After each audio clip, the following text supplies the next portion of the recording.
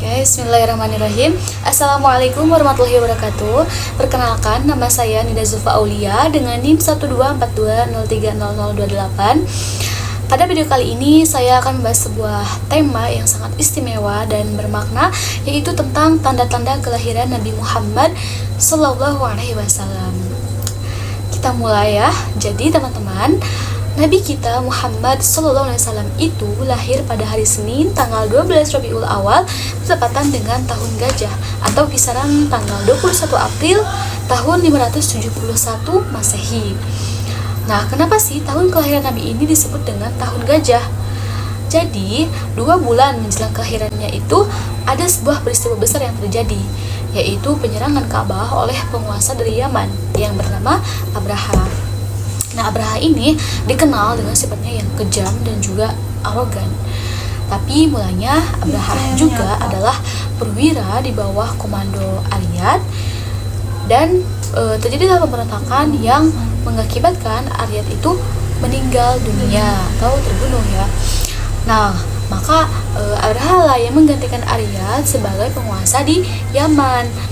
Nah, kemudian beberapa tahun setelah menjadi penguasa, Abraha ini berkeinginan untuk menghancurkan Ka'bah. Nah, kenapa sih? Apa motifnya? Nah, jadi ada 2 alasan. Pertama, karena faktor agama. Nah, jadi Ka'bah itu sejak saat itu sudah menjadi kiblat masyarakat Arab pagan. Nah, setiap 1 tahun sekali itu mereka melakukan ritual haji di sana.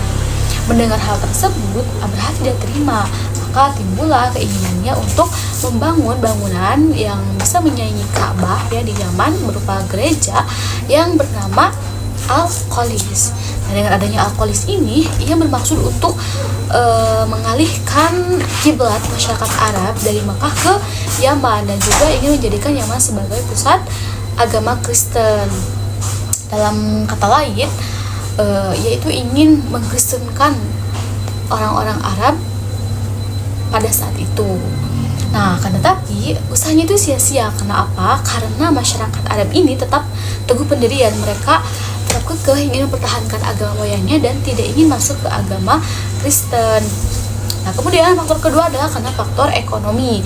Jadi dahulu itu masyarakat Arab memanfaatkan musim haji itu sebagai sumber penghasilan gitu. Jadi mereka itu menjajakan dagangannya di area-area dekat Ka'bah gitu. Oleh karena itulah Abraha ini ingin mengalihkan para pedagang Arab ini ke Yaman karena ia tahu bahwa keuntungan yang mereka dapatkan itu sangat besar gitu.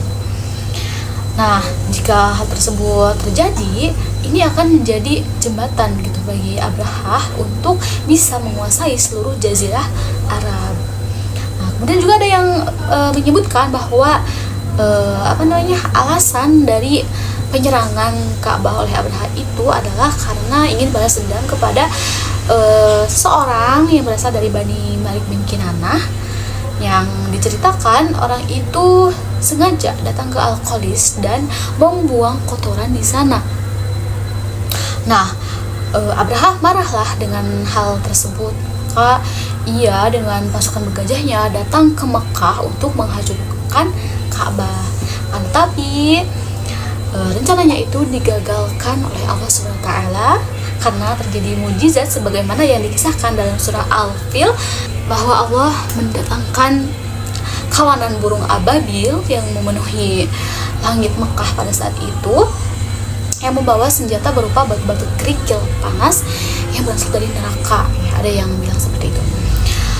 Nah, si burung-burung itu kemudian melawan para tentara bergajah itu dan juga Raja Abraha, sampai akhirnya mereka hancur dan meninggal dunia.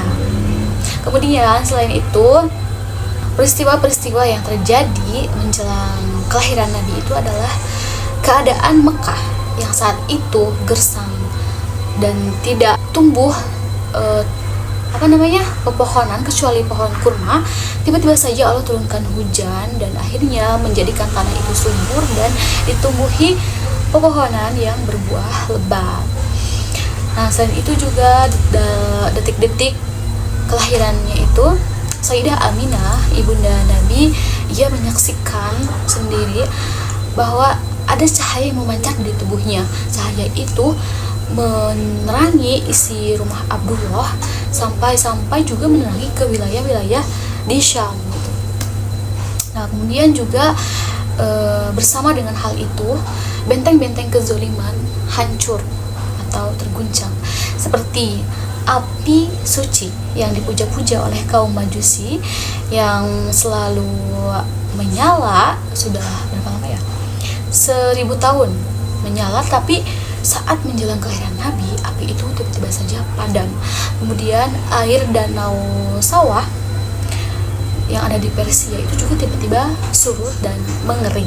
Kemudian Tasik Safa atau semenanjung yang dipercaya suci oleh orang-orang Persia itu tiba-tiba saja tenggelam ke dasar tanah. Kemudian juga di Romawi tidak kalah mengagetkan sekali, gereja-gereja dan juga biara-biaranya ikut berjatuhan dan hancur. Kemudian masih banyak lagi, tapi ini yang paling umum dibicarakan oleh para ulama gitu. Nah, jadi teman-teman, demikianlah Allah memperlihatkan kebesarannya ketika akan datang Nabi terakhir, Khatamul Anbiya, bagi kita semua yang akan membawa cahaya petunjuk dan menghapus kegelapan pada zaman itu. Nah, teman-teman, mengetahui tanda-tanda kelahiran Nabi ini bukan hanya untuk menambah wawasan kita terhadap sejarah, tetapi juga ini merupakan pintu bagi kita untuk meningkatkan keimanan kita, untuk meningkatkan mahabbah kita, rasa cinta kita kepada Rasulullah Sallallahu Alaihi Wasallam. Seperti yang beliau katakan dalam hadis yang artinya itu, tidaklah sempurna iman seseorang dari kalian sehingga menjadikan aku lebih ia cintai dari orang tuanya, anaknya, dan seluruh manusia. Kemudian juga dengan kita menghayati kejadian-kejadian tersebut dapat mengetuk hati kita untuk bisa mengikuti jejaknya, melanjutkan perjuangannya, dan juga semoga kita bisa mendapatkan syafaat darinya di yaumil akhir nanti. Cukup sekian yang dapat saya sampaikan. Mohon maaf atas segala kekurangan. Wallahul muwaffiq ila aqwamit thoriq. Wassalamualaikum warahmatullahi wabarakatuh.